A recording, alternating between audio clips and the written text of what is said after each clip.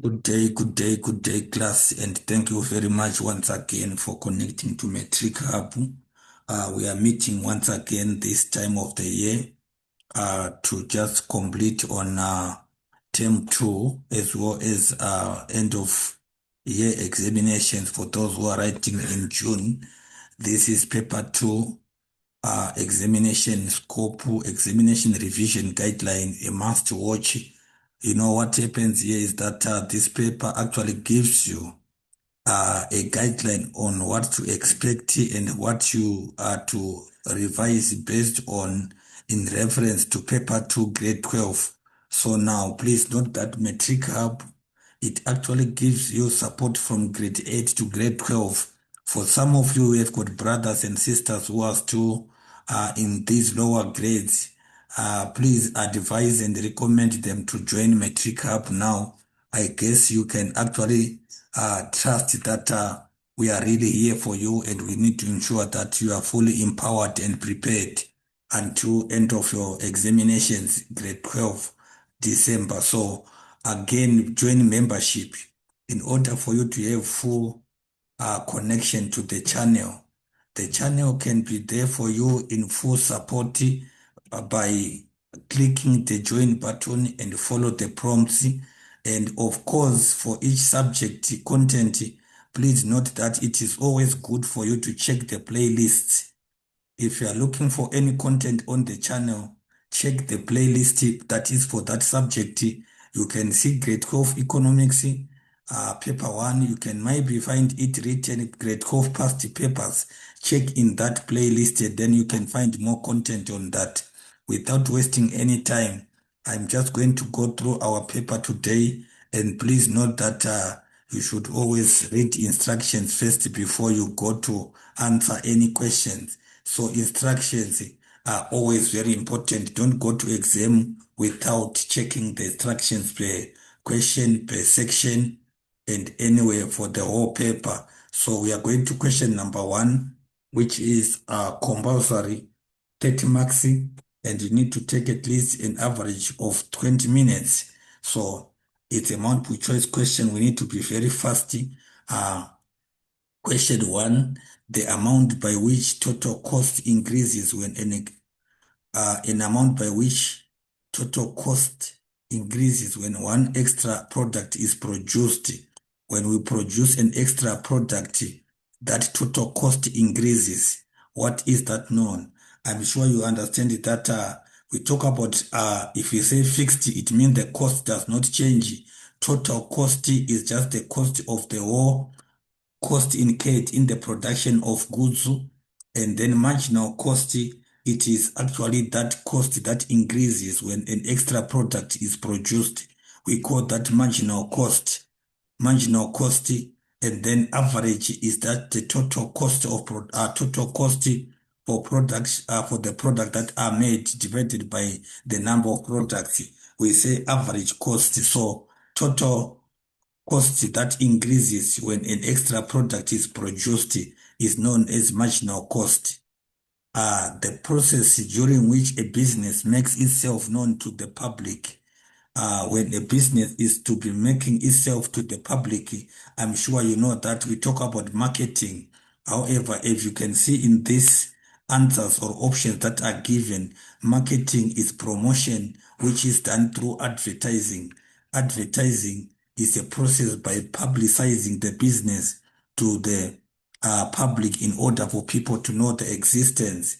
Just like to say Metric Hub, we find it in various medias that you can see. We are on most various, we are in most medias which are there to ensure that you know what is Metric Hub and how are we functioning. So it is advertising. Differentiation, as you can see, is about marking a distinctive approach in terms of product or a product line or services that a business is giving.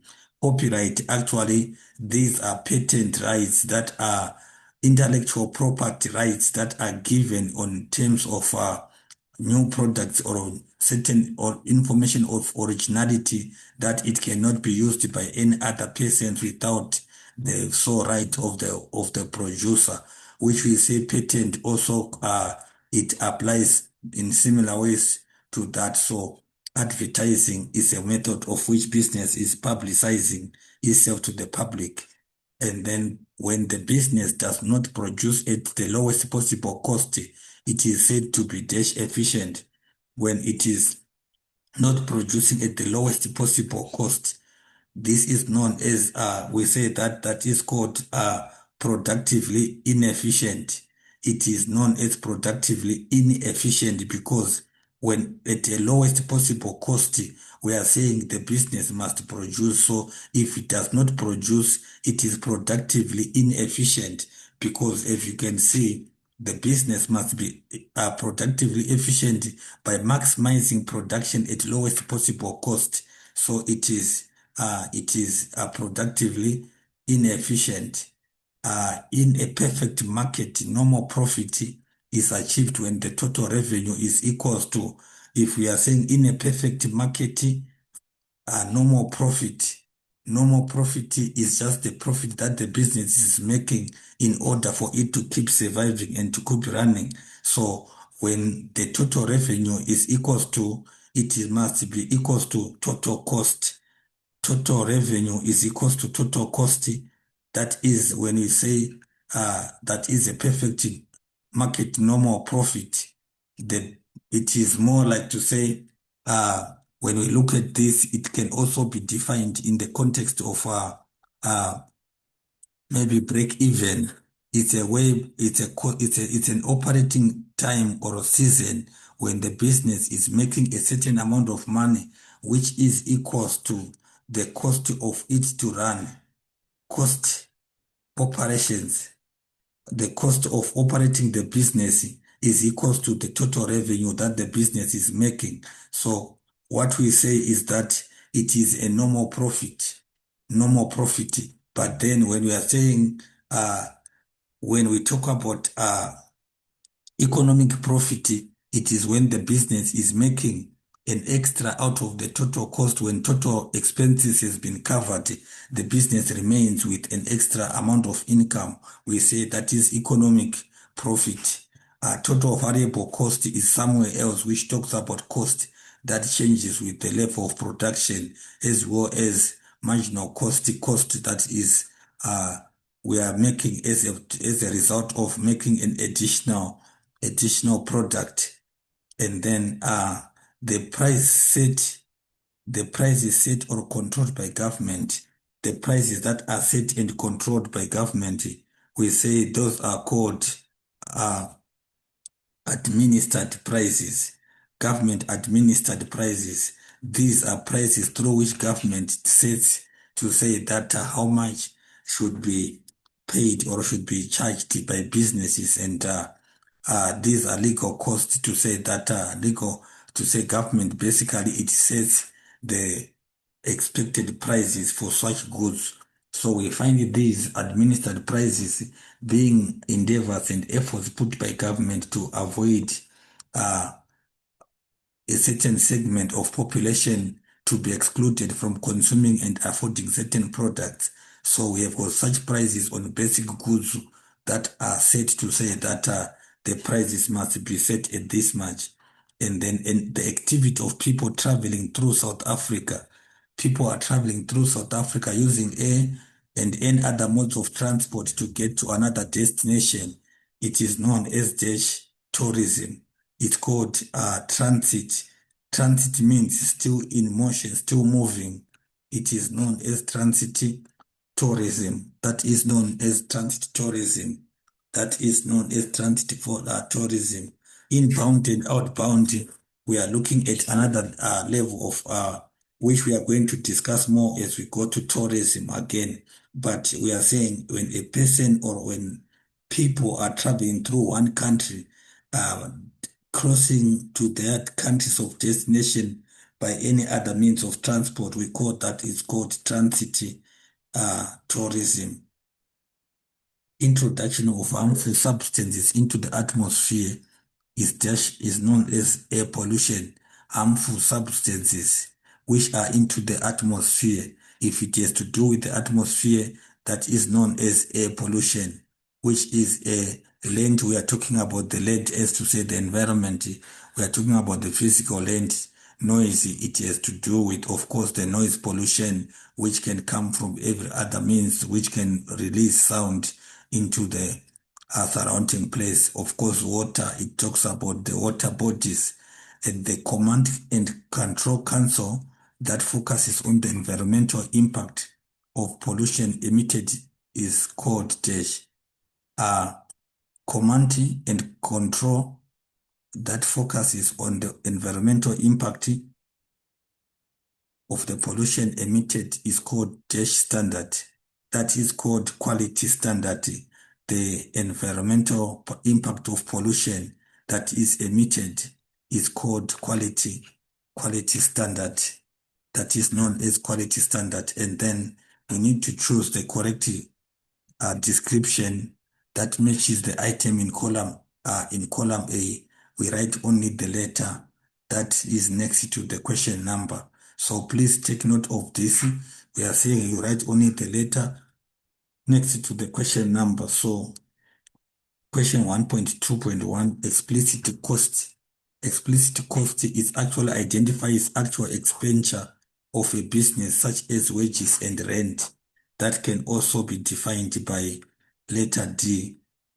D identifies explicit cost, actual expenditure of a business such as wages and rent.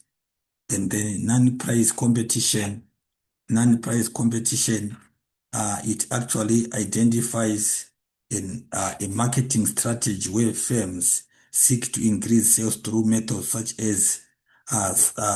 as extended shopping hours. Extended shopping hours, we are saying these are strategies that are non-price competition, business strategies firms are trying to increase sales through, which we are saying they are called non-price competition strategies of firms increasing. They seek to increase sales through methods such as excluded shopping hours. So it is I. And then minimum prices are set, we can say minimum prices set above the market equilibrium to assist the producer in making a profit. They are set above market equilibrium. Minimum prices are set above market equilibrium to assist the producer in making a profit. And then private costs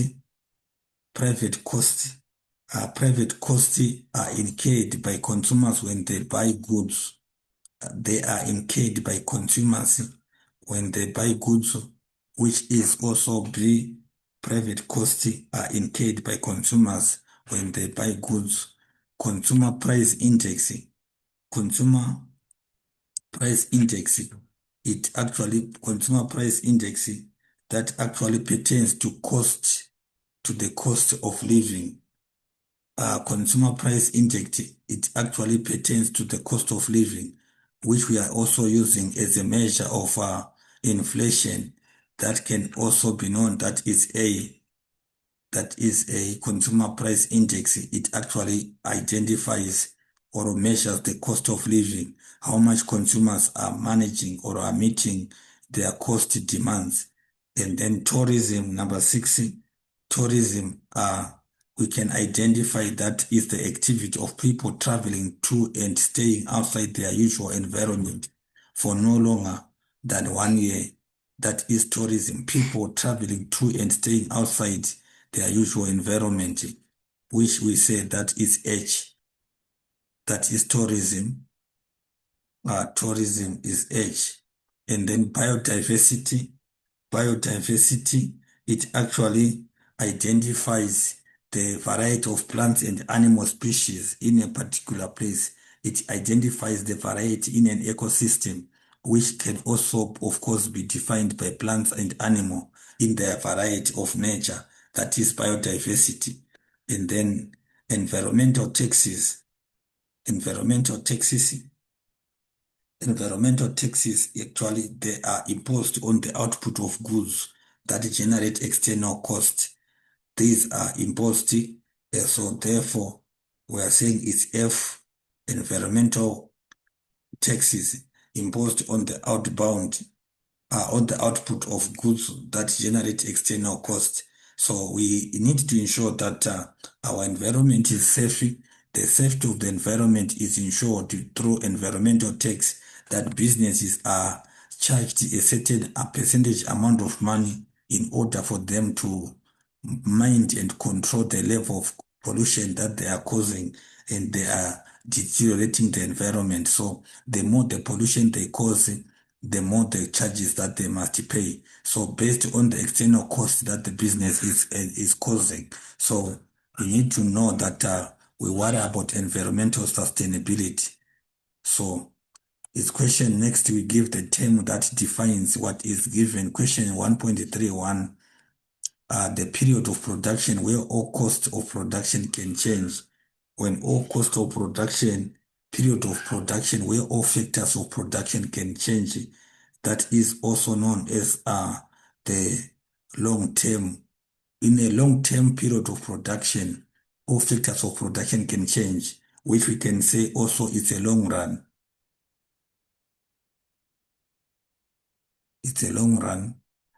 A point where a firm's average revenue is equals to the average variable cost. Average revenue, we are saying the average revenue is equals to average variable cost. Average variable cost, that must also define a period of shutdown. It defines a period of shutdown that is also known, it's a point of shutdown, to say that our average revenue, total income that has been made out of the number of products that are made, is also equal to average variable cost. So it can mean that the business is actually suffocated. That is called shutdown point. It's a shutdown point, that one. And then the sum of private benefit and external benefit. Private benefit and external benefit is equals to social benefit. Is equals to social, that is equals to social benefit. A type of inflation where an economy experiences high rates of unemployment, high rate of unemployment, high rates of inflation, and low economic growth. That is, we are saying inflation. I'm sure if you can check, we have different types of inflation. So when there is high rates of unemployment, high rates of inflation, and low economic growth, it is actually an overheated stage of economy, which is stag. It's called stagflation. Stagflation. South African citizens traveling within the borders of the country, these are known as domestic tourists. If they are traveling within the borders of the country, they are known as domestic tourists. They are within the borders. We are moving from Mpumalanga to go to we are moving from Mpumalanga to KZN. We are moving from one province to the other, but within the borders of South Africa. We call that national tourist or domestic tourist. And then the permanent destruction of trees and forests. Destruction of trees and forests is called deforestation. It's extensive cutting down of trees and vegetation, which can also include grass. So what we call that is called deforestation, which of course might be done for purposes of either that can be done for interest of maybe urbanization purposes, that has to do with people increasing in the number of buildings and structures that can be built in places. So two types of costs that are used to calculate the total cost of a firm. types of costs that are used to calculate the total cost of a firm. We can talk about variable cost. We said variable cost. That is, we say that they change with the level of production. We can also have fixed costs, which are supposed to be paid irregardless of the level of performance of the business. We call that fixed cost. And then how does the government address the challenge of oversupply of demerit goods? Demerit goods, they have got a negative impact to the economy or to the society. So government can actually reduce the supply of such goods by one, they can leave taxes, uh, they can leave taxes, the taxes which can be, of course, taxes such as sin tax. Sin tax, what it does is that it discourages consumption of demerit goods. Sin tax, which discourages consumption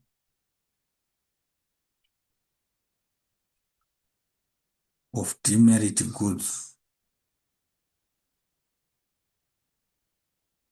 So government can actually put in place, it can put in place a levy or put in sin tax, which actually prohibits or it discourages people from consuming demerit goods, which at the end of the day, it will reduce the quantities supplied. So the consumption, if it decreases, the quantities supplied would also be reduced. And then it's flying around SA has just got more expensive. ComAir has been forced to ground flights several times due to safety and security risks. This has resulted in limited competition in aviation space, with a considerable amount of competition almost instantly cut from South Africa's airspace. Demand outstripped supply, driving up prices on other airlines and triggering a warning from Competition Commission around price fixing. So we are given that scenario now. So the question is saying, identify one term in the extract that relates to price formation. Price formation, prices, how are prices levied, or how do we have prices affecting, how do we have prices being put in place on our goods and services? So we have got demand and supply. Demand and supply, they are the market forces that we must understand that when we are looking at price levying, prices in a free market economy is actually supported or is put in place through demand and supply.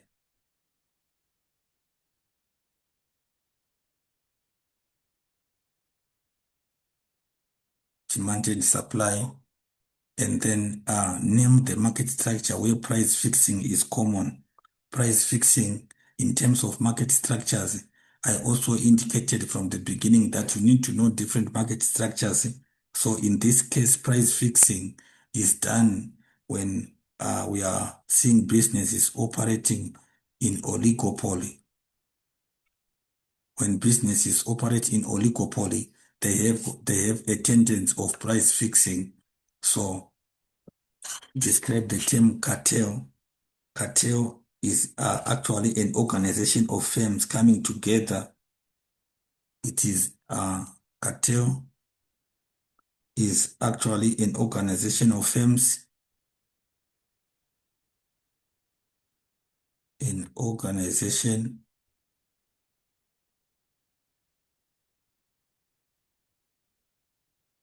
of firms coming together, operating like one, coming together,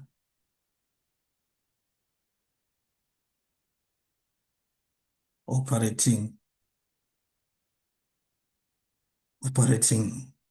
as a monopoly,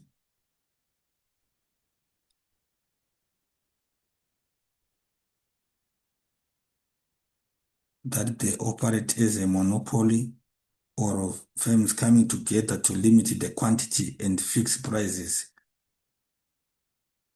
or of firms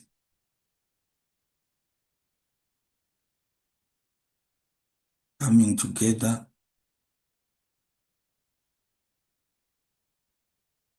as they come together, they intend to limit quantity, quantity,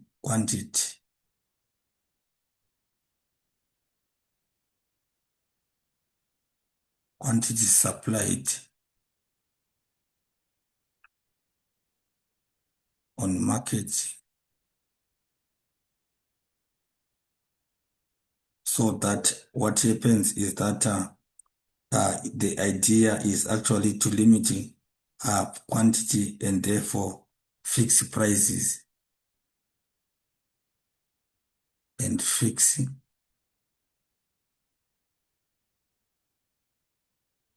and they fix prices. So organization of firms they decide or they conspire to come together. They operate as a monopoly. A monopoly is to say they are the only supplier of a certain commodity or product. So in that respect, they want to actually manipulate supply of a product or quantity supplied of a product to the market so that prices of that product can be fixed. Therefore, we say that that is a cartel. It's actually an illegal business operating approach. 2.2.4 explain the role of Competition Commission in the economy. Competition Commission they actually do investigate and control, evaluate and restrict business, put restrictive business practices, abuse of dominant positions, and also measures in different markets. So Competition Commission, it does investigate. Competition Commission, we are on question 2.2.4. So it investigates,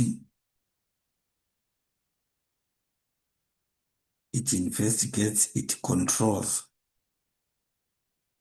What it does, it also controls and evaluates restrictive businesses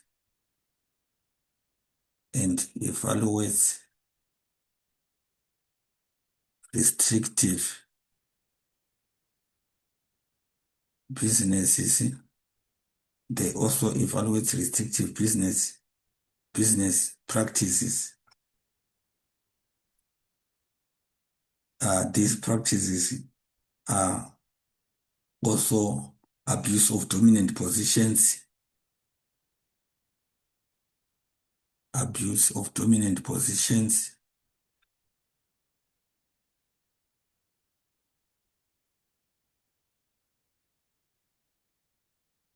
businesses might have some powers, these dominant positions, and also measures in different markets.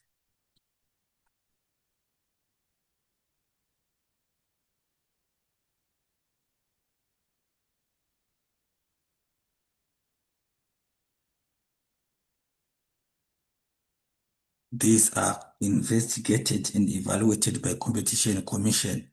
It also makes specific recommendations to Competition Tribunal on penalties that are to be imposed on businesses that are found guilty.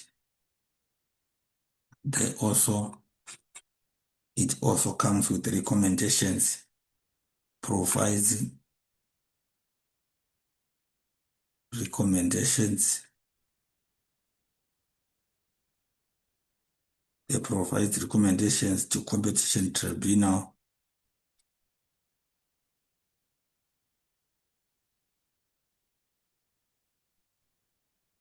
the Competition Tribunal on penalties to be imposed on businesses. On penalties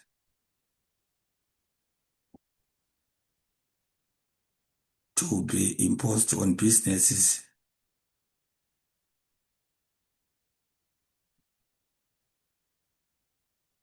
These businesses which are found guilty in some way.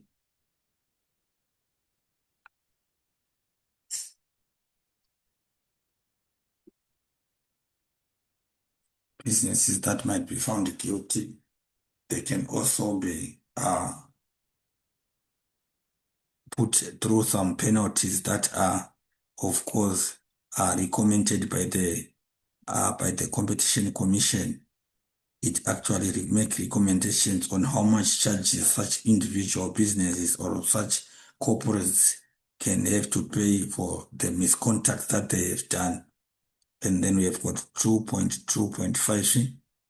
2. How can low prices negatively affect the producers of goods and services?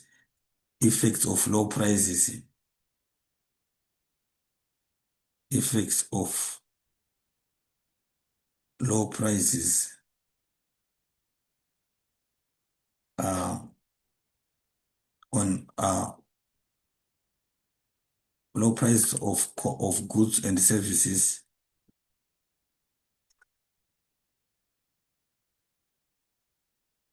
Of goods and services to producers.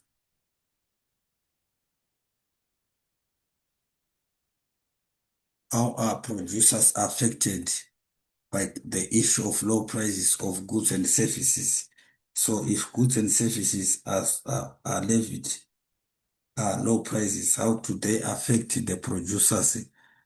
One, the lower profits may result in businesses unable to pay their employees, leading to retrenchment. It results in low profit margins.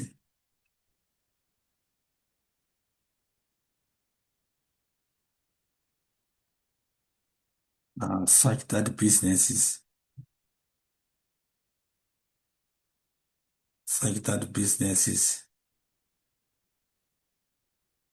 may fail to pay their employees.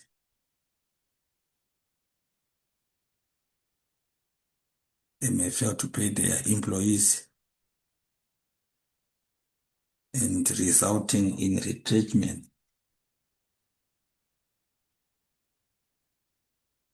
It results in retrenchment of such people who are not being able to be paid. The government may the organizations may lay them off.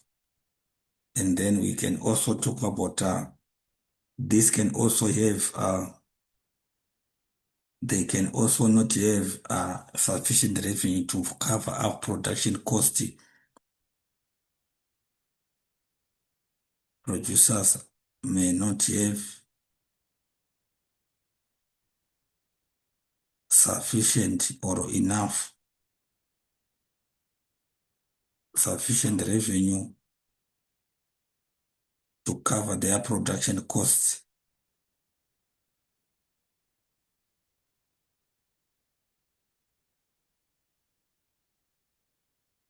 That can also be a problem which we can see producers having. So low profit margins will also negatively affect business partners who are partnering with the producers. So it results in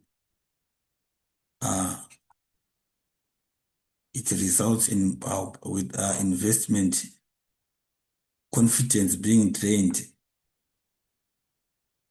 results in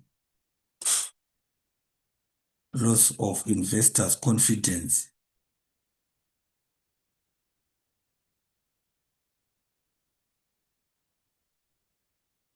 The confidence of investors can be lost, which we say that if they don't have confidence, loss of investors' confidence, and therefore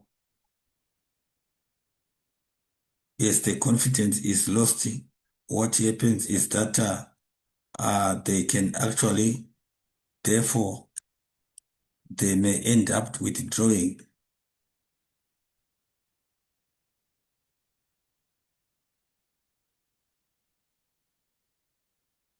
Hence, the producers, if they can end up withdrawing and then resulting in those funds, in resulting in those producers losing cash injections into their business. So what we need to understand is that loss of or low profit margins actually affect investors' confidence, and therefore they may end up withdrawing from business partnerships, which at the end of the day may affect those people or those investors that we are talking about. And then our next question, we are given the graph and answer the questions that follow. The next graph we are given a graph producer subsidy to say that producers are having a percentage cost coverage. It can be from the government. So the question is saying we are given S1 and S2. S1, we are saying S and then S1, which of course we have got our D and we have got our quantities, quantity and quantity 1. So price versus quantity. So the question is saying identify original market price on the graph. The original market price that is on the graph, original market price, it must be the original market price. It is where we have got quantity supplied is equals to where we have got Q is equals to P. So original market price, as you see, this is our price. Our original market price is known as what is P. That is P. P is the original market price class. It is marked based on the original supply curve, which we have versus the demand curve, where they join the point of contact gives us the original market price. So next question is saying name any one product on which the government can offer a subsidy to consumers. So where government can give financial support, any one product the government can do. We have got one, the issue of public transport. Public transport, as you can see now, we have got fuel hikes, fuel price hikes. The government is subsidizing the fuel price, so therefore it is public transport. The government tries to intervene on that. We can talk about basic commodities. We can talk about fresh milk. We can say milk.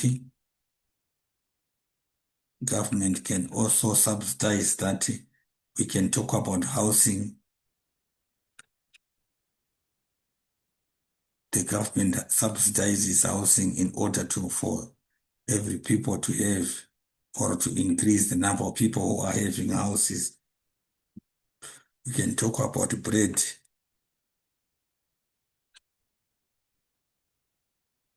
Government also subsidizes bread in order to ensure that people can be able to eat breakfast. So we are saying these are basic services or products that the government has to ensure, the product that the government must ensure that they are afforded by every person or every individual in the economy. Describe the term market failure. Market failure is a tendency or an occurrence which exists when forces of demand and supply fail to allocate resources efficiently. An experience that occurs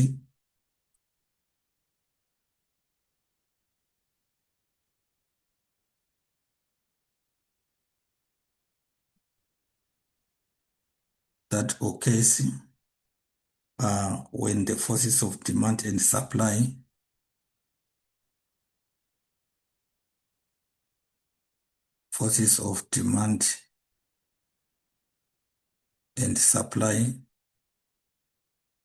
the forces of demand and supply, they fail to allocate resources. When they fail to allocate resources efficiently,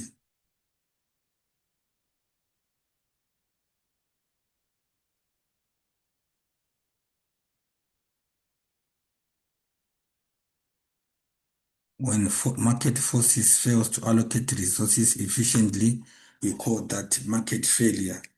That is market failure. So what happens is that we tend to find that the best available output has not been achieved, which can, of course, we define that as market failure, and therefore consumers can also be negatively affected. Explain the effect of subsidies on producers of goods and services. When subsidies are received or are aimed or are given to producers of goods and services, they is supposed to be known that it helps to reduce production costs. Effect of that one, it helps to reduce production costs. Production costs are reduced. Production costs are reduced because of subsidies, which would enable the businesses or the producers to produce more. We can also understand that it actually promotes mass production or high production of goods and services and more profits. It results in high production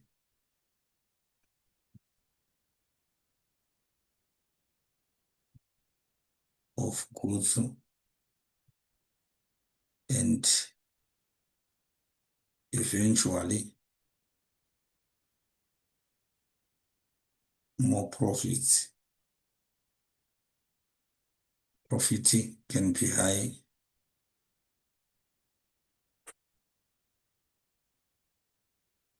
We can say high profits can be earned because of that. And then we have got next question, which is saying, why are markets unwilling to produce public goods and services? Markets are reluctant or they are unwilling to produce public goods. It is because why do markets don't want to produce public goods and services? 2.3.5. Why do markets not willing to produce public goods and services? One, we need to understand that public goods are non-excludable and they are non-excludable, and consumption cannot be confined only to those who have paid them. So it is a reason why businesses may not produce them. Provision of public goods is not profitable, which may discourage private businesses as a main fact to take note of. Production of public goods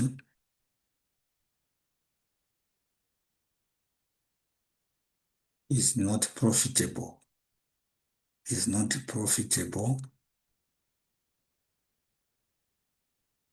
Hence, private businesses is not profitable to private businesses. So they cannot be able to continue or to engage to produce the goods there because there is no profit that they are making. So we need to understand again that they are non-excludable and consumption cannot be confined only to those who can be paid. Public goods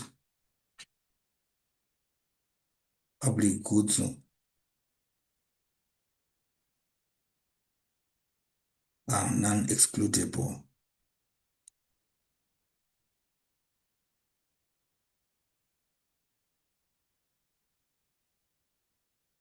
and as such, they are non-excludable and businesses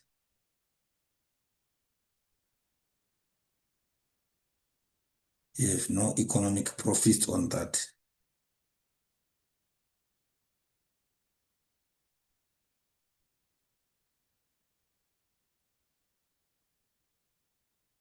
Businesses, they don't have economic profits because of such reasons. They are non-excludable and their consumption also is given for free. So government is the one that provides them for free because of the because of course the support that they have from government income that they make.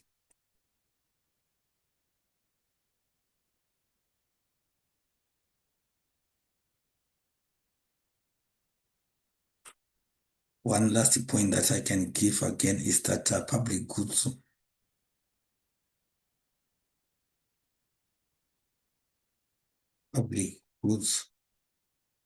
also are difficult. They are also difficult to establish market prices.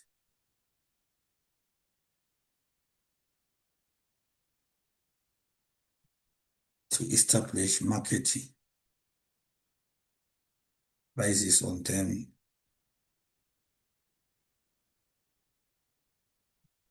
What happens is that they are difficult to establish market prices on them. Reason being that they are difficult. There is no way to actually measure their consumption by people. So the basis of establishing market price becomes a difficult way or is quite complex. So businesses find it so difficult to to actually charge prices for them. So they are difficult to establish market prices because they are difficult to measure their consumption. And then question 2.4. Question 2.4 briefly discuss immobility of factors of production and imperfect competition as causes of market failure. So we have got factors that causes market failure. So now what we need to look at is the immobility of factors of production.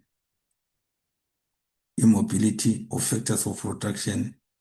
Immobility of factors of production to say if factors of production are not able to move, immobility of factors of production. The factors of production, they don't move. So how does it affect, how does it cause market, how does it also cause market failure, on market failure? Immobility of factors of production on market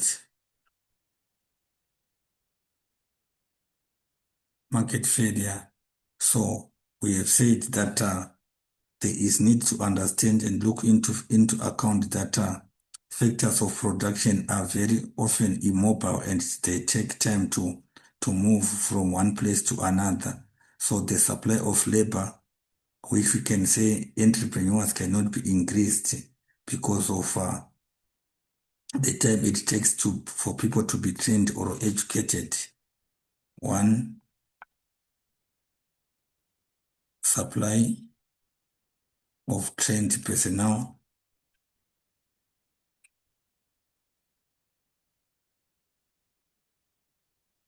Or labor takes time due to time factor.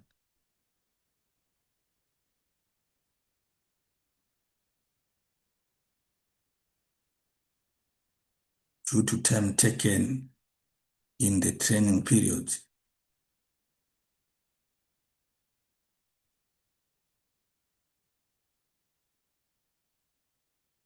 So for people to be well trained, it takes time because people have to be there for some time to be trained, so or to be educated. So we also need to know that the physical capital in terms of land, such as we can say that land and physical capital, such as factory buildings or infrastructure, which we can give, such as also telephone lines, cannot be reallocated easily. That can also be another factor to look at, the physical capital, or we can say the physical capital or land.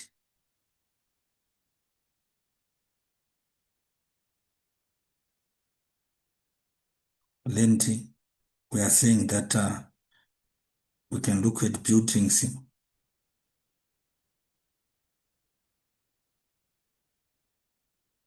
factory buildings. We talk about infrastructure.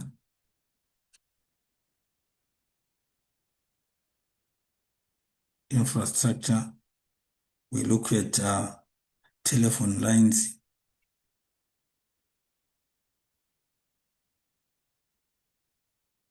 Telephone lines, they cannot be reallocated easily.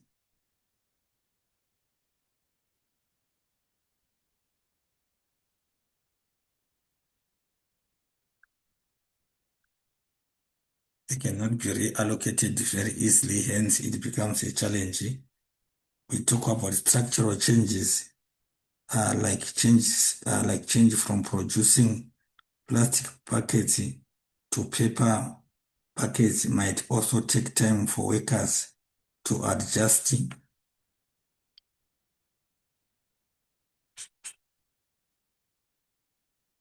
Structural changes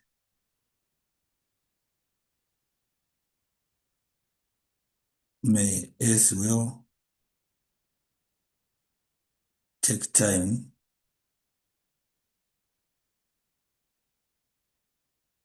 for workers to adjust. It may take time for workers to adjust.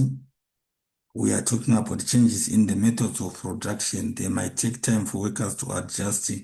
So now, what we need to understand is that technological changes may also need workers to be flexible and willing to update their skills throughout their lifetime.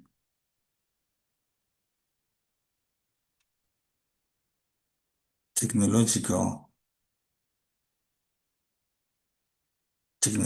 changes need workers, may need workers. It might need workers to be flexible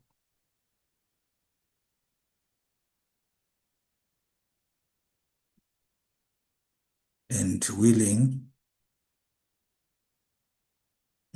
to, actually, they should be willing to update their skills, willing to update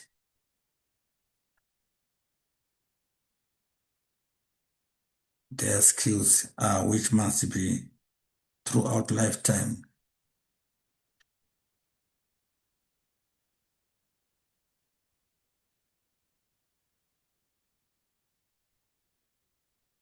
That can also be another point that we need to look at, the immobility of factors of production, to say we cannot be able to easily adjust with regards to factors of production, but however, we need to take into account the time factor that it takes for businesses to be able to readjust to match systems that are changing as trends are changing as well. So it actually requires employees who are flexible, and also it should be for lifetime. And then we want to look at imperfect competition. Imperfect competition.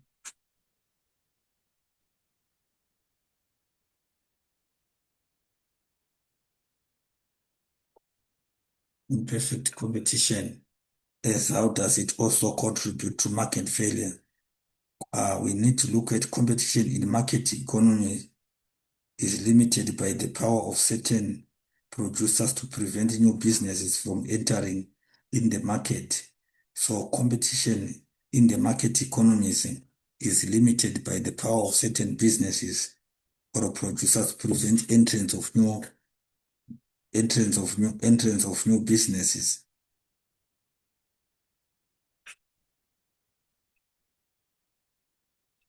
Competition in market economies.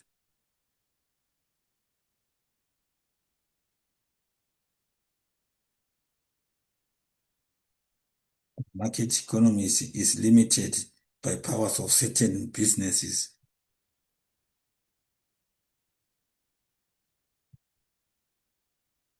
It's limited by the power of certain producers. Limited by power of certain producers from preventing new businesses from entering into the market. New businesses from entering the market. I'm sure you know that some in our competition economy, entry into the market is not easy. It is because of the strength and the muscles which other big businesses have on the market itself. So barriers to entry are created because of advertising and lack of capital and the controlling of resources.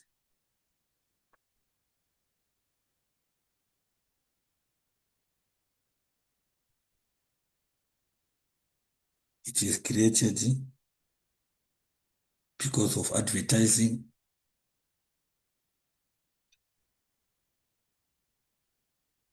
It is created because of advertising, lack of capital,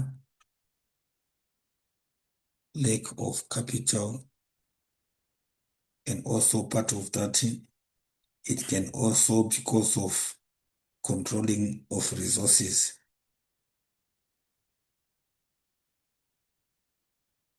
Controlling of resources. Businesses cannot easily enter into the market because resources are controlled. And then we also have to look at the imperfect market does not allow for price negotiations. Imperfect market does not allow for price negotiations.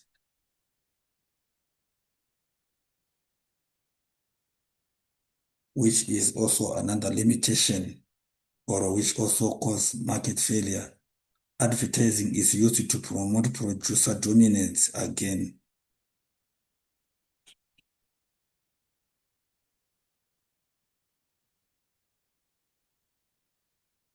Advertising is used, it is actually used to promote producer dominance.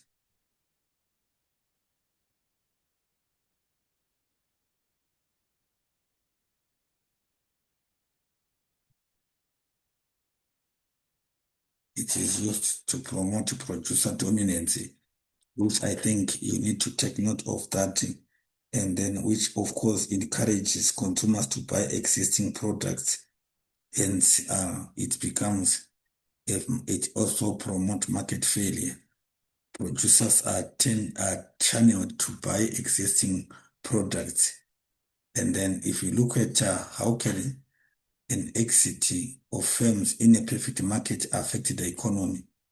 Exit of firms in the economy, how does it affect 2.5? Exit, the exit of firms.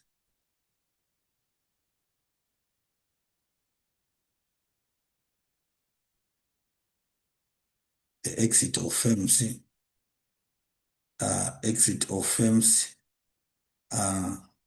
in a perfect market affect the economy. Exit of firms affecting the economy. How is the exit of firms affecting the economy? exit of firms, how is it affecting the economy? So therefore, what we need to look at is that when firms are exiting, we are supposed to understand that there will be a decrease in competition due to limited number of firms that are in the market. So prices of goods and services are likely to increase because of a decrease in supply. A decrease in supply can be experienced. We may also have problems to do with unemployment levels, which will increase as some businesses shut down their operations. Businesses will be shutting down because they are exiting. As they exit, unemployment possibilities increases. We have got the aggregate demand for goods and services will decrease due to decrease in employment levels. Also, disposable income of consumers will be less. So the remaining businesses may enjoy economic profits due to an increase in prices. Prices may increase as few may remain, and then otherwise those managing to survive, they can benefit from economic profits. And of course, government will collect less revenue due to reduce the number of firms that are in the economy, which if the revenue is less, so government income or decrease, we tend to see a decrease in public infrastructure or public service delivery. So consumers will have less access to goods and services to choose from again, which of course reduces the variety of products which consumers may have. So those can be some of the limitations that we can need to check and understand. So we have got question 3, which we are supposed to look at.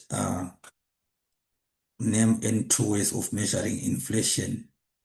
Ways of measuring inflation: we can measure inflation through inflation rate.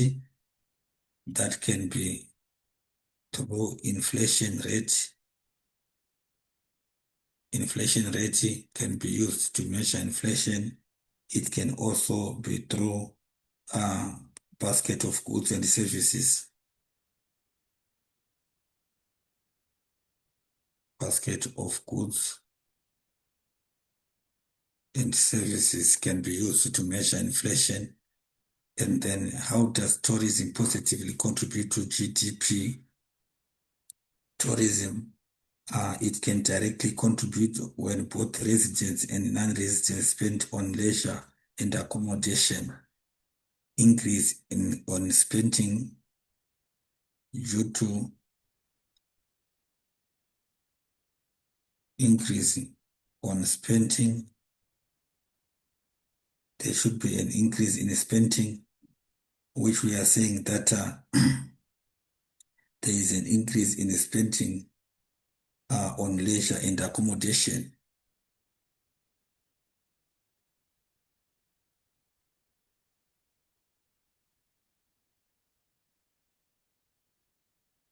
If accommodation and leisure spending increases, we can also have that we can also have the positive contribution of GDP, which is, of course, we said that a direct contribution, which is from both residents and non-resident individuals. The indirect we can also have the indirect uh, contribution, which occurs by purchasing from suppliers of goods and services, which deals directly with tourists. People can also be buying goods and services, which can also deal with tourists. This can be done in hotels, catering, and other cleaning services that we might want to look at. So we are given the graph South African inflation, and then the rate index. So the question is saying inflation index is given there, and then the headline inflation is given by a broken line.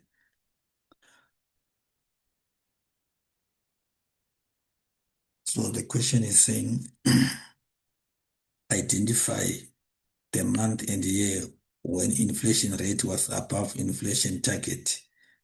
The month and year when inflation rate was above the inflation target. So the month and year when inflation rate was above inflation target. Our inflation target and inflation, so we are saying the month and year. So this is to look at, we are saying identify the month and year when inflation rate was above the inflation target. We can talk about this as to say that can be July 2022,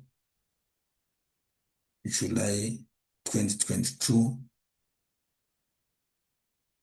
July 2022.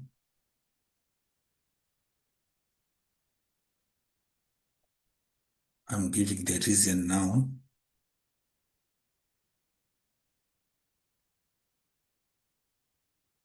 And then give a reason for that. July 2022, we are saying give a reason for that. July 2022.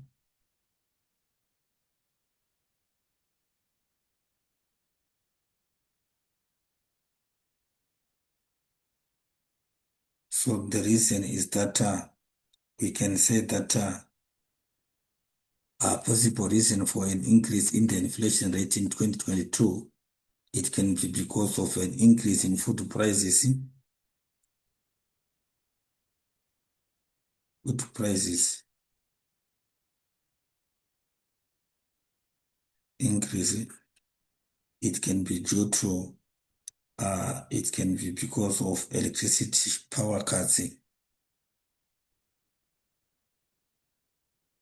Electricity shortage of electricity can be part of that. It can also be increase in international oil prices.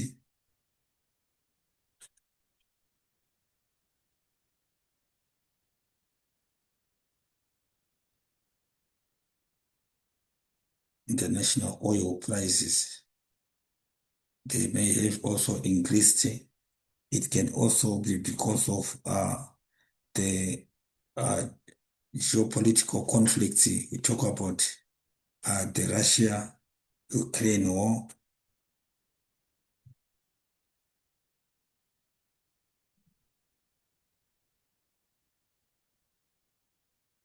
Russia-Ukraine war. And then the question next is saying, briefly describe the term core inflation or inflation. This can also be defined as a type of inflation that excludes items from GDP and from the consumer price index basket with highly volatile prices. Type of inflation.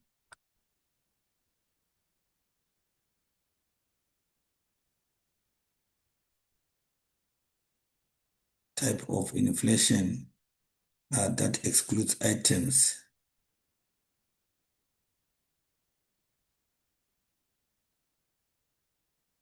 That excludes items.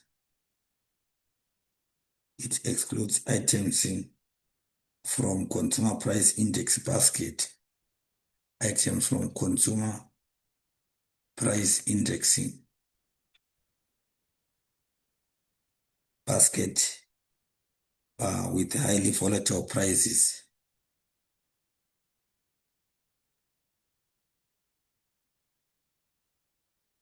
With highly volatile. They've got fat, they are so sensitive to prices and those items whose prices are affected by government intervention, and also those items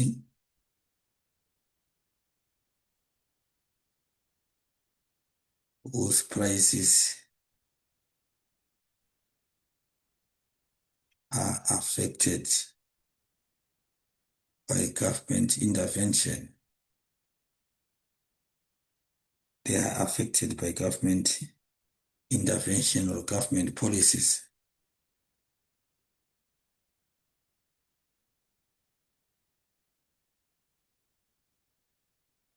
That is a core inflation, type of inflation that actually excludes items from consumer price index basket.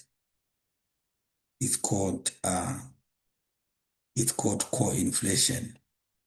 So what happens is those items also whose prices are affected by consumer intervention or government policies. We can also explain that as core inflation. And then 3.2.4 explain the reason for South African Reserve Bank to reduce interest rates when inflation rate is below 6%. When inflation rate, why should the Reserve Bank reduce interest rate? It reduces interest rate when inflation is below 3%. If inflation is below 3%,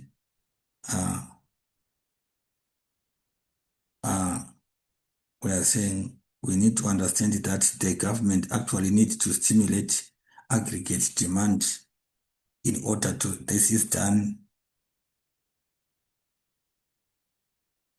to stimulate aggregate.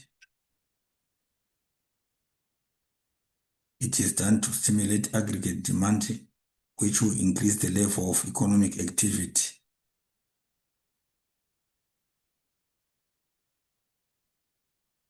Increasing level of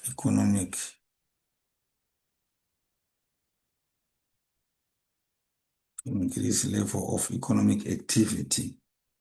So we are saying aggregate demand is stimulated because of that. Also to make borrowing cheaper, which will encourage consumer spending.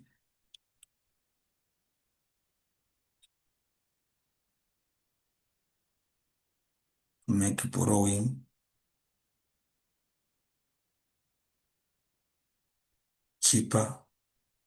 That will, of course, increase consumer spending.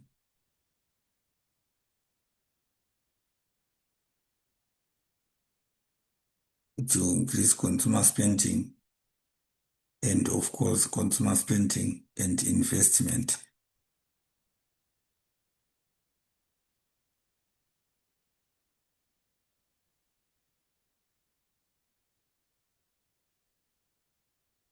So these are the ways through which Reserve Bank actually manages inflation. It actually want to manage the consumer demand. Consumer demand must be high so that we need to, of course, the government must, of course, reduce interest rates. It must reduce interest rates so that people can start borrow money, and then consumer spending and investment can as well increase, which at the same time we are looking at stimulation of aggregate demand. And then the next question is saying, the next question wants us to look at, explain, okay, how does inflation psychologically influence the various participants in the economy? Effect of inflation on participants. Effects of inflation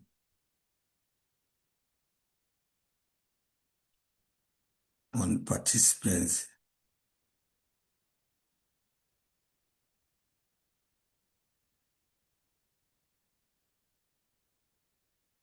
In the economy. We can look at one. We need to look at consumer confidence may decrease, which reduces consumer spending and increase in savings. Consumer consumer confidence is reduced.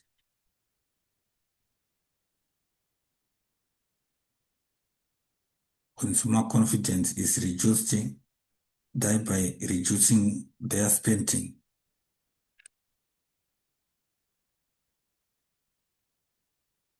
Thus reducing consumer spending and causes an increase in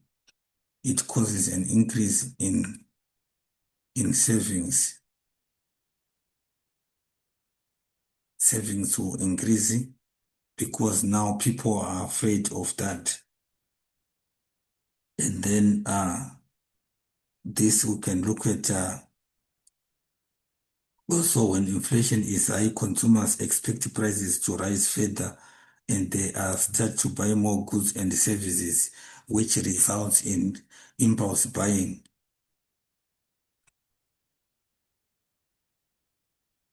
Results in impulse buying of goods and then resulting in shortages, resulting in future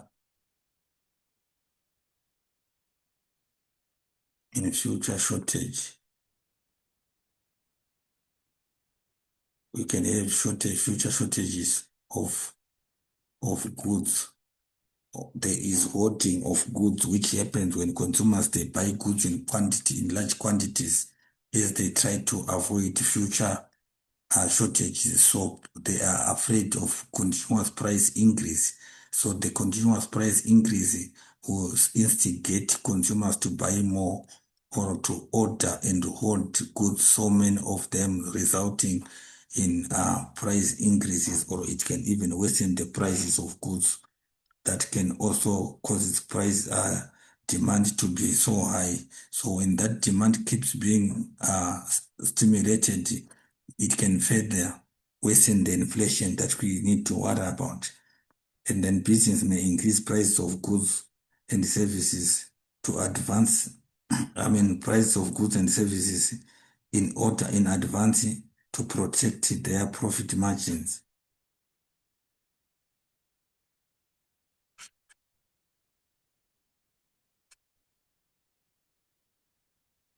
Businesses may increase prices of goods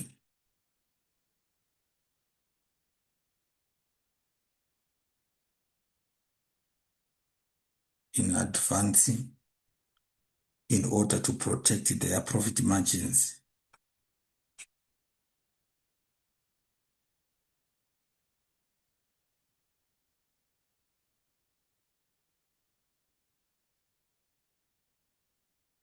In order to protect their profit margins.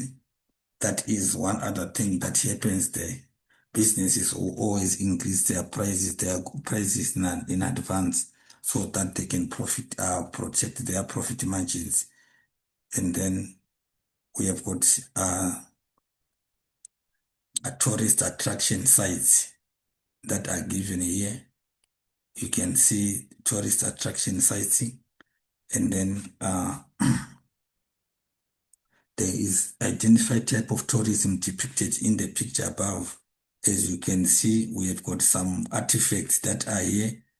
We also have some cultural huts that are there, and of course some tools or axes and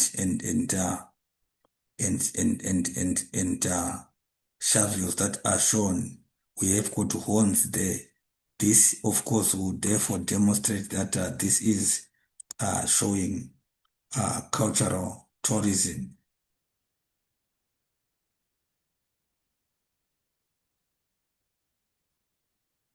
Cultural tourism is being shown in this respect. And then identify one World Heritage Site found in South Africa. Identify one identify one World Heritage Site found in South Africa. This we can look at. We can talk about Robben Island. I'm sure that Robben Island, you know, that it's quite international. It's quite it's a World Heritage Site. It's a World Heritage Site that we need to that cannot be forgotten because of our father Ndati Mandela. We can talk about Cape Flora region.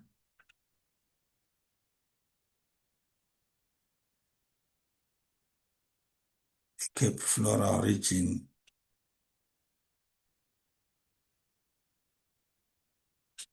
Maybe lastly, I can also maybe want to talk about I can also need to talk about Cradle of Mankind. Cradle of Mankind. That Africa is the cradle of mankind. We talk about the historical sites where some human skeletons were found, identifying that South Africa has been, or Africa is part of, is actually the out of Africa hypothesis. We also talk about the Khoisan cultural landscapes, which we talk about the Komani cultural landscape. We talk about Barberton mountains, so many of them we can mention, and then briefly describe the term indigenous knowledge system. It is indigenous knowledge system. It actually identifies local traditional knowledge related to specific culture or region. It is local or traditional knowledge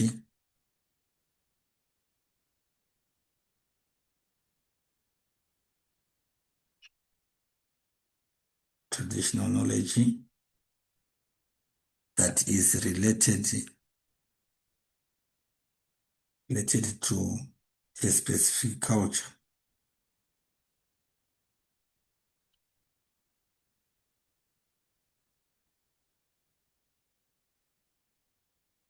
Or we can say region. Traditional, local knowledge related to a specific culture or region, and then explain the benefit of investing in tourism infrastructure. Advantages of investing in tourism infrastructure. One, we are saying the benefit of investing in tourism infrastructure. What are the advantages of that? We can talk about more tourists can be attracted to visit the country to enjoy the proper infrastructure. It can attract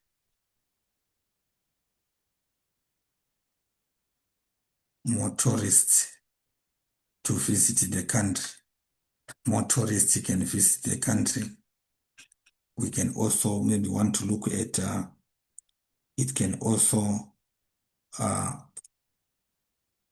South Africa can also become an asset of the infrastructure can become an asset of the country. Infrastructure can become assets of the country. The country can also benefit from those, from that. That can also benefit our country. We have got to know that the infrastructure is well developed. It can actually be good for our tourists. It can also even create employment for our people. As infrastructure investment is done, employment is created. And of course, we can also have the advantages of improve in the standards of living of our people, and also reduction in crime and many other social ills that are also addressed because of that. How can tourism activities lead to environmental stress or challenges? 3.3.5. How can tourist activities lead to environmental stress? How can tourism lead to environmental stress? That can be, we need to look at one. We talk about waste products generation can create health hazards and affect the attractiveness of tourist destination. So it causes environmental stress. Waste can damage the environment.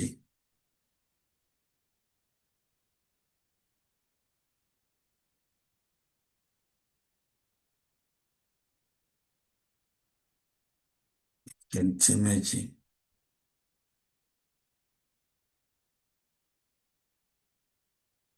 It can actually damage the environment, which we can say that it has got hazards that can affect the attractiveness of the tourist destination,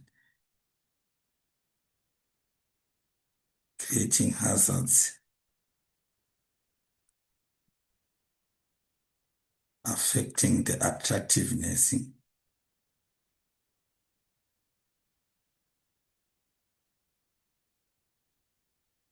of the destination.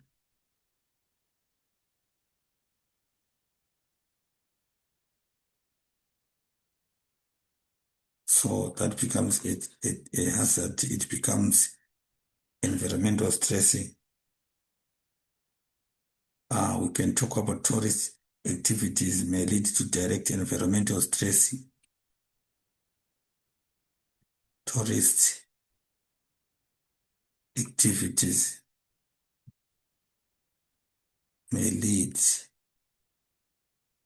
to environmental. It can lead to environmental stress. And then we can also talk about migration of people from rural to urban areas results in increased urban densities, which cause environmental stress. Migration of people may cause population pressure.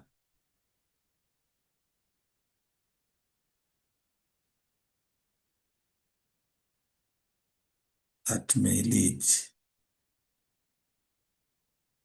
to environmental stress.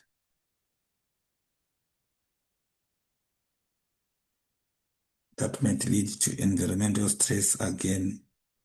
We can talk about hunting may result in loss of wildlife and damage our natural environment. Hunting may reduce biodiversity and then affect natural ecosystems.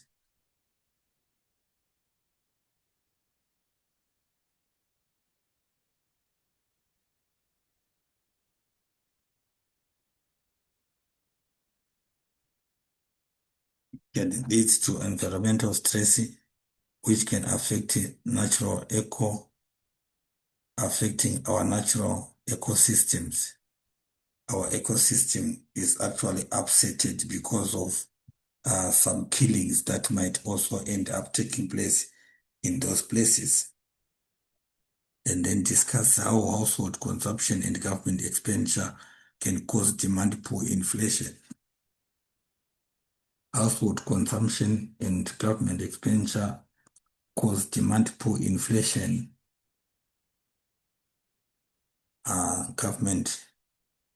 Household consumption and government expenditure as causes of demand pull inflation. Causes of demand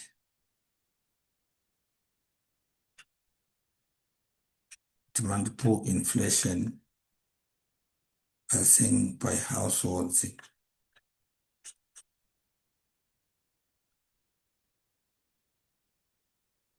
How do household cause demand pull?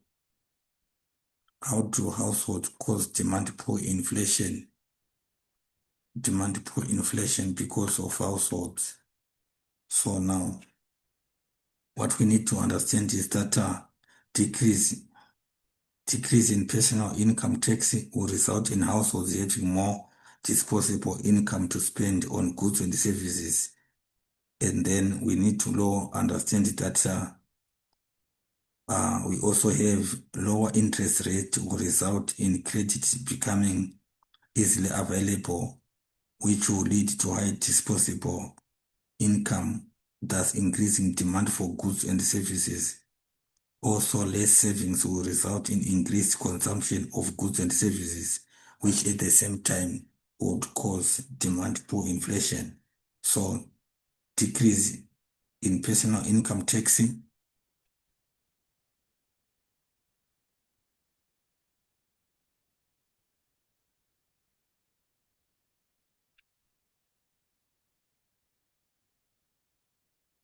decrease in personal income tax, it is equals to more disposable income.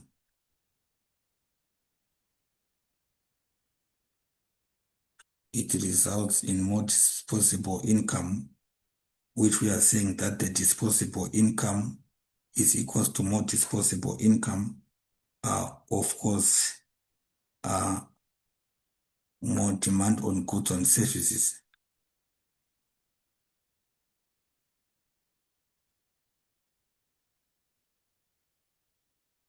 More demand on goods and services. And then we also want to understand that lower interest rates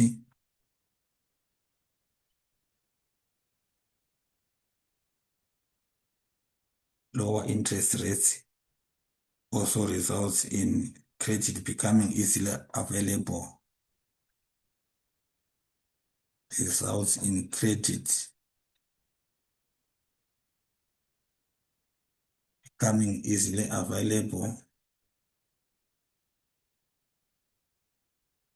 Credit, it becomes easily available, also leading to high disposable income.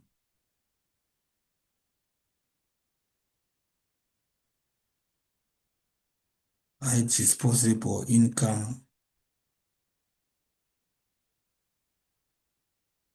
means high demand.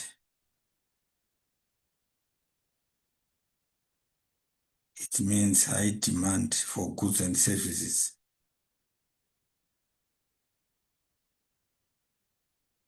As a point of factor. And then, of course, lower savings will result in increased consumption.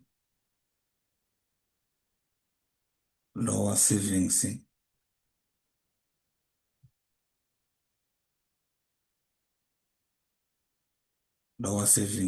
will lead to high consumption.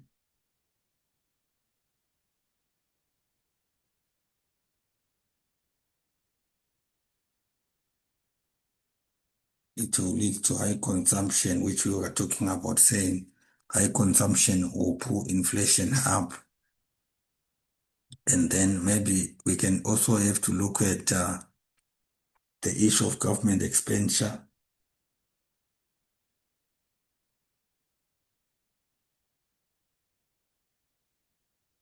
Government expenditure. If you look at government expenditure class, we need to understand that government expenditure on infrastructure requires high amount of production inputs and labor, which stimulate demand for goods and services. So what we are saying is that when government spends on infrastructure, it requires some more production. It requires a high amount of production inputs.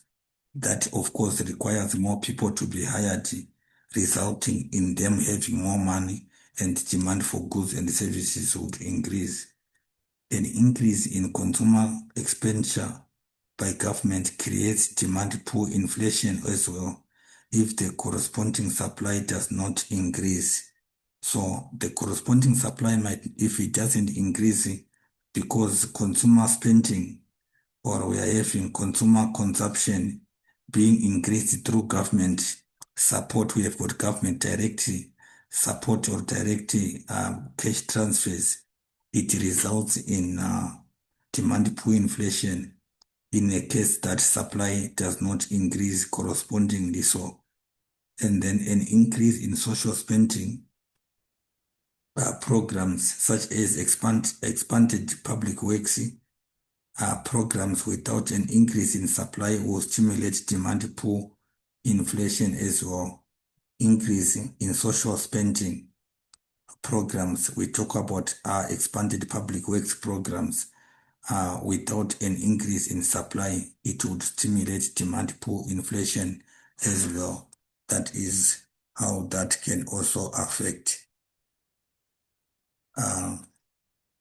Last but not least, want to look at types of workers that benefit from minimum wages. Identify types of workers that can benefit from minimum. Name any two groups of workers that benefit from minimum wages. We are saying these are people whereby to say if the government cannot put minimum wages, they can severely suffer. So we have got domestic workers. We do have domestic workers. We can talk about farm workers.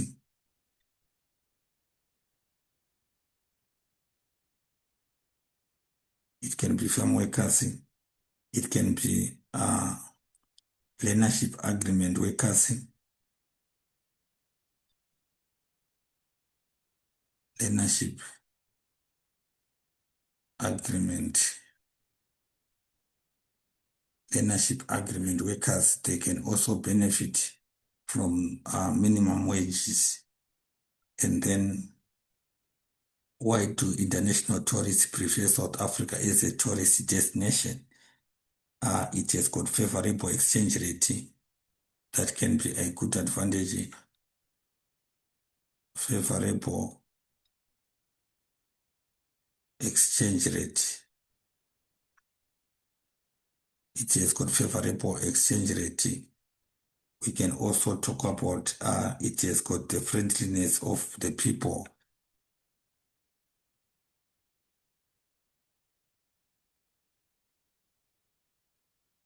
Friendliness of the people. We can talk about climatic conditions. Favorable climatic conditions that we have also in South Africa. Maybe we may also need to look at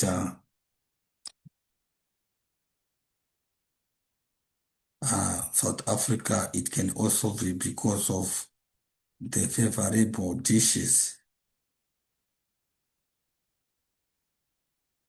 The meals are quite favorable also. The meals might be also favorable. That can be the reason why that can be South Africa be a best place to visit.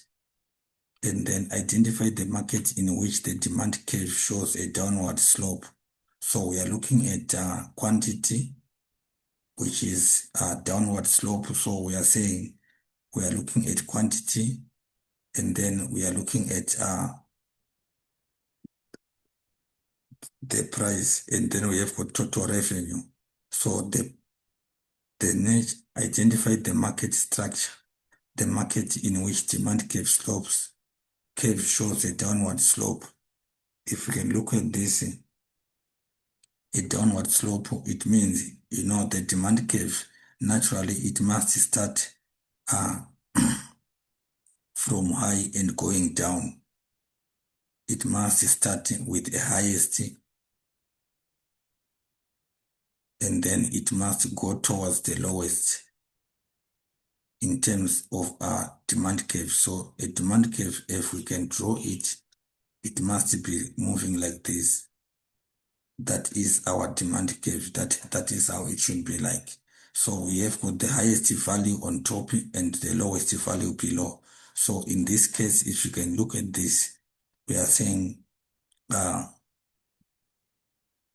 this can also be affected looking at this to say that price, obviously, as you can see, we are saying the price is 50 rand versus the price, which is, of course, looking at we are looking at the price 10 rand versus the price 2 rand. And then what happens is the total revenue. So the total revenue affects what we are looking at. So now what we are saying is market B, it identifies a downward slant in terms of the market, in terms of the graph. That is market B. Market B actually shows that. And then what is the nature of products sold in perfect marketing? Nature of products that are sold in perfect market. I'm sure if you remember, you look at this, perfect markets, they have got identical products. Identical products, they look alike, which we can say that they are homogeneous. They are homogeneous products. They are identical. Describe the term average revenue. Average revenue is actually, we are looking at income received for selling 1 unit of product. Income received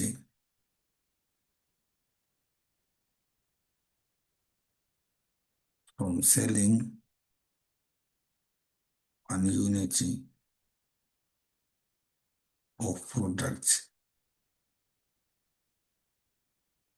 We call that of a product, we call that average revenue. Income received from selling 1 unit of a product is what we call average revenue.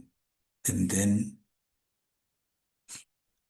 it is, why do individual firms find it easy to enter perfect markets? It's because there are no regulations or restrictions to entry. No regulations or restrictions to entry makes it easy. What else you can say also? There is also the advantages which are there to say that we also use less capital required to enter the market.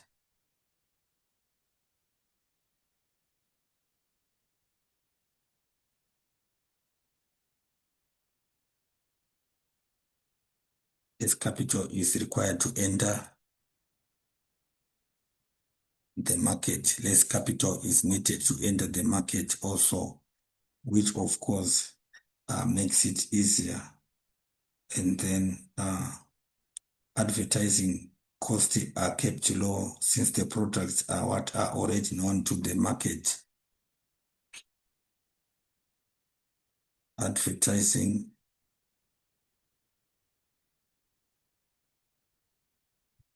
costs are low because the products are already known.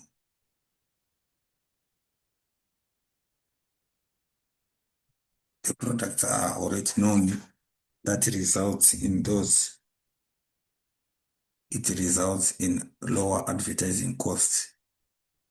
And then calculate the marginal revenue for product B at quantity 2. Show calculations. Calculating marginal revenue. So what is happening is that marginal revenue, MR, is equals to, we are saying change in total revenue over change in quantity. We say change in total revenue over change in what? That is also change in quantity. So what is happening is we are saying at quantity 2 in market B on quantity 2, this is quantity 2 that we are looking at. Quantity 2, so that is equals to change in, we are saying change in total revenue. Total revenue, we are saying that our total revenue, we need to understand that it is, it changed to 16 in 2. So therefore we are saying 16 minus 10, which is from the previous, that is equals to 16 minus 10. 16 is 2, and then the previous one was 10. So 16 minus 10, we are saying over the quantity change. The quantity change, it was 1, and then it changed to 2 over 2 minus 1. Over 2 minus 1, which you can see that 16 minus 10 is 6 over divided by 2 minus 1 is 1, which will give us, that is equals to marginal revenue is equals to 6, which is equals to 6 rand. Change in total revenue over change in quantity. That is what you need to understand.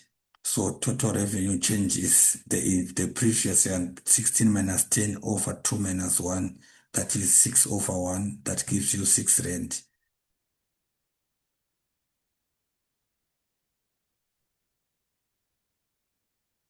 And then we are given tourism activities in South Africa.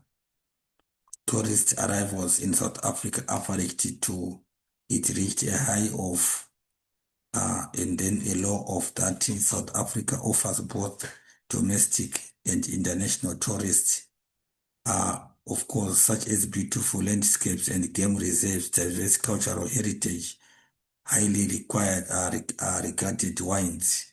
So the question is saying,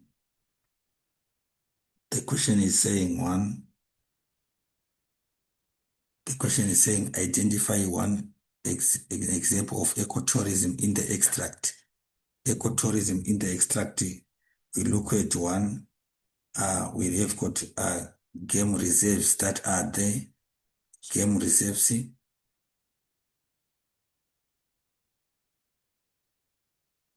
We have game reserves. We can also talk about also a beautiful landscape, natural landscape that are beautiful.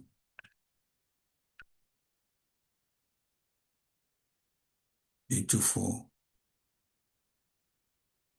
natural landscapes. It's also one big thing, one reason for decline in tourism in April 2020. Why the tourism declined in April 2020? We have got to do with 2020. Remember that was COVID-19. So we can look at matters to do with issues to do with traveling restrictions.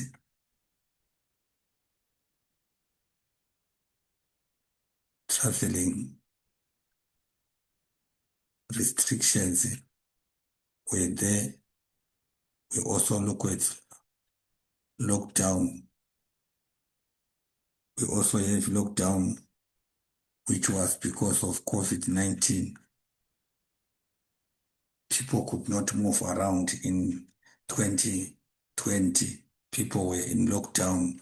It was that time. Remember, we went to lockdown in February, March, and then April, it was still lockdown and continuous like that. And then briefly describe the term leisure tourism. Leisure tourism, that is, of course, to look at People go on holiday to play sports and visit friends. When people they go on holiday, they go on holiday to play sports,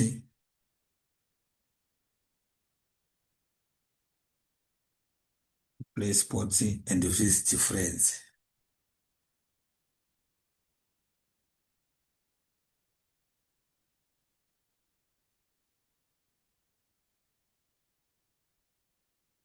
It's called the leisure tourism.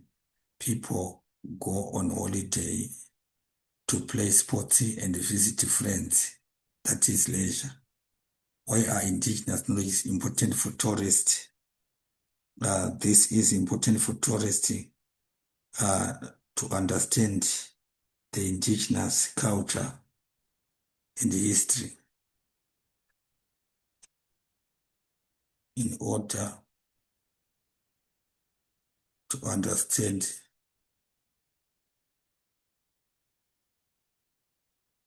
indigenous culture or history of a given place. Then we need to understand that also tourists seek authentic, genuine, and unique tourist sites.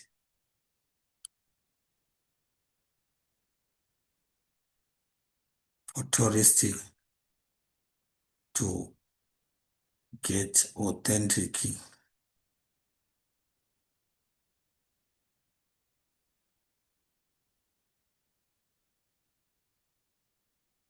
and genuine tourist sites.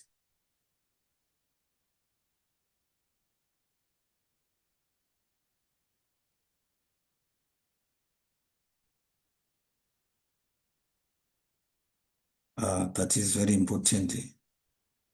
And then tourists want to see how local people live and work,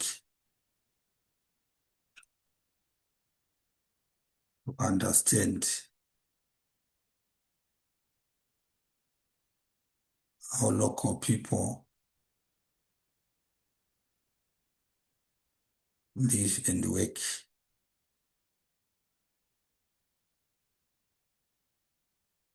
People need to understand how local people are living and working. So therefore, indigenous knowledge is important. And then how does tourism solve problem of unemployment in South Africa? 4.34, 4.35. How does tourism solve unemployment? How does tourism solve unemployment in South Africa? We can talk about employment for many kinds of skills is created.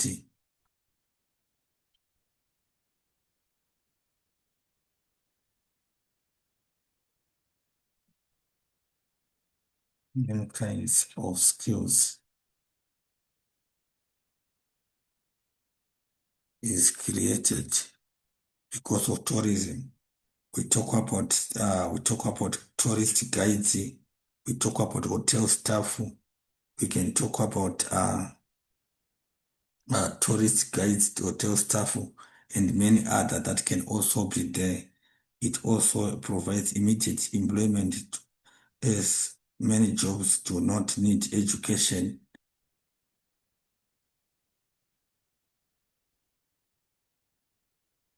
Many jobs that might not need education.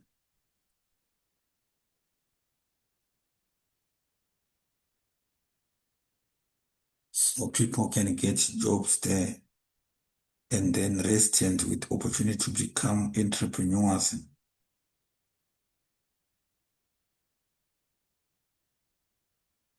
Residents get opportunities to become entrepreneurs also.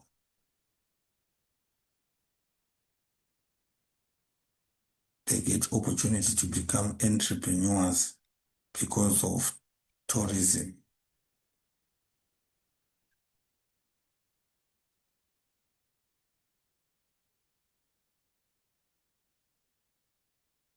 This can become like selling some artworks and so forth.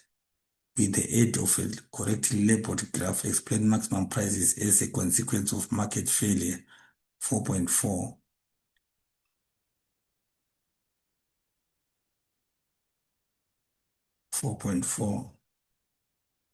We are saying with the aid of a labeled graph, explain maximum price as a consequence of market failure. So I guess you need to understand just that to see our graph can be just like that. So we have got we are saying maximum prices can be a consequence of market failure. We have got to see that we have got demand and supply. We can just start by having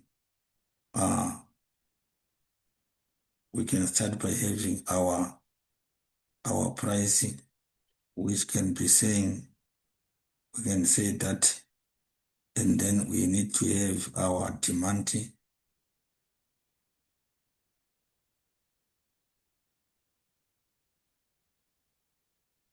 We have our demand there, and then we have got our supply. That is supply, demand. We have demand, and then we have got this. We can give to say this is our supply, and then our P1, we have got our P, our original P here.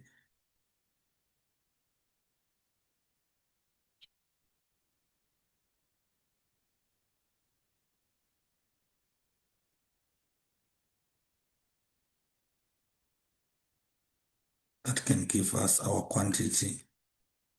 And then we have got,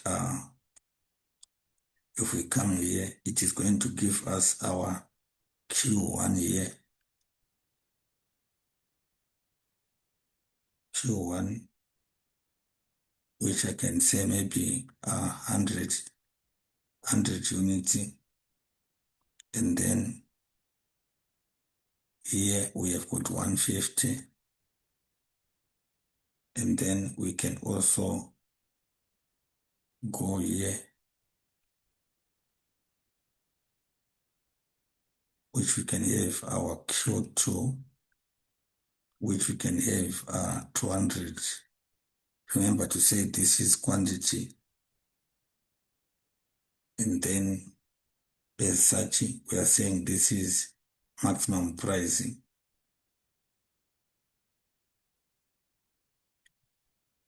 So we have got our P1,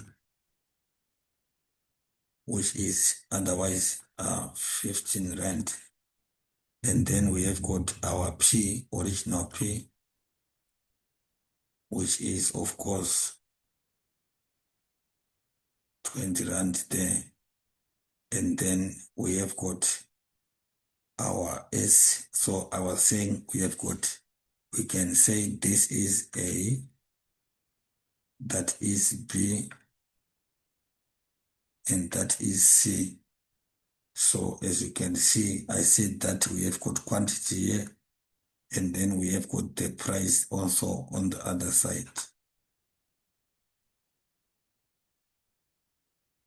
And don't forget to say this, we can say maximum price.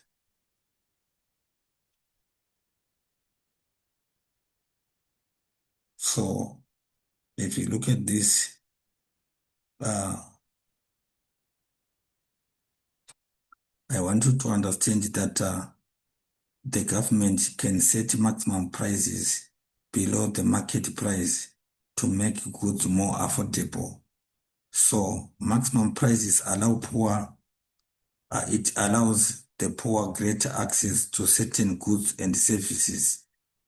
as such, what happens is that initially the market equilibrium price is supposed to be seen at that. The market equilibrium price is when we have got D and S interacting. So the market equilibrium price, this is the equilibrium. That is the equilibrium price that I want you to look at as 20. So what happens is that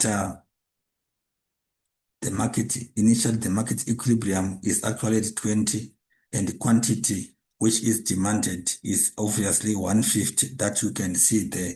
So now the government intervenes and passes a law that protects, or that products cannot be sold for more than 15 rand.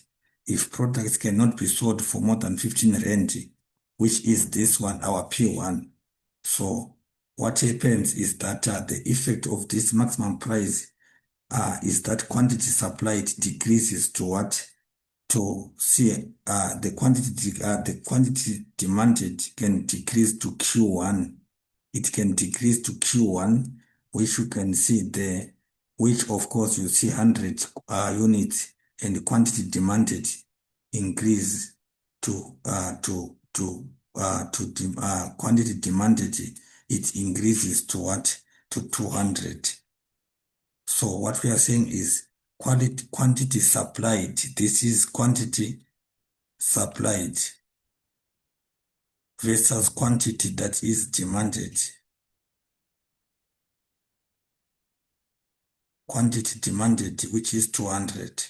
So now, if you can look at that, it actually means that maximum prices may cause a shortage of goods in the economy. However, they improve the welfare of some consumers, since goods can be purchased at some affordable, reasonable prices. So black markets develop because products may want to, producers may actually want to charge higher prices than the maximum prices. So therefore, we have got black markets that are rising or that are coming. So the effect of government intervention reduces prices to P1, which of course causes a decrease in quantity supplied versus the quantity demanded. So now what is happening is that supply will be low and then the demand will be high, therefore giving rise to the emergence of black markets. So eventually, this one, you can just check it on the South African Reserve Bank use the monetary policy to combat inflation. The issue of South African Reserve Bank on to use monetary policy to combat inflation. So therefore, you need to understand that SARB can actually combat inflation by increasing the repo rate, which makes it expensive to borrow money, and therefore banks pass on the increased cost of borrowing to their clients by increasing the interest rates. So high interest rate obviously discourages consumers from taking unnecessary credit, and of course discouraging consumer spending. So SRB can directly decrease the supply. And of course, we talk about commercial banks are required to build a certain minimum cash reserve with the central bank, minimum cash requirements, and an increase in cash reserve requirements limits the amount of money that banks can give out as credit, and help also to reduce inflation. The SRB can also persuade commercial banks to act in responsible manners when granting credit under inflationary conditions. So we have also what is called moral suasion, which of course helps to reduce inflation because credit will be granted to fewer consumers. So in that respect, I want you to note that SARB can re-evaluate the value of the currency, which will result in more imported goods into the country, thereby increasing aggregate supply. So as you can see, these are effective ways through which the SARB can influence and curb inflation via the monetary policy.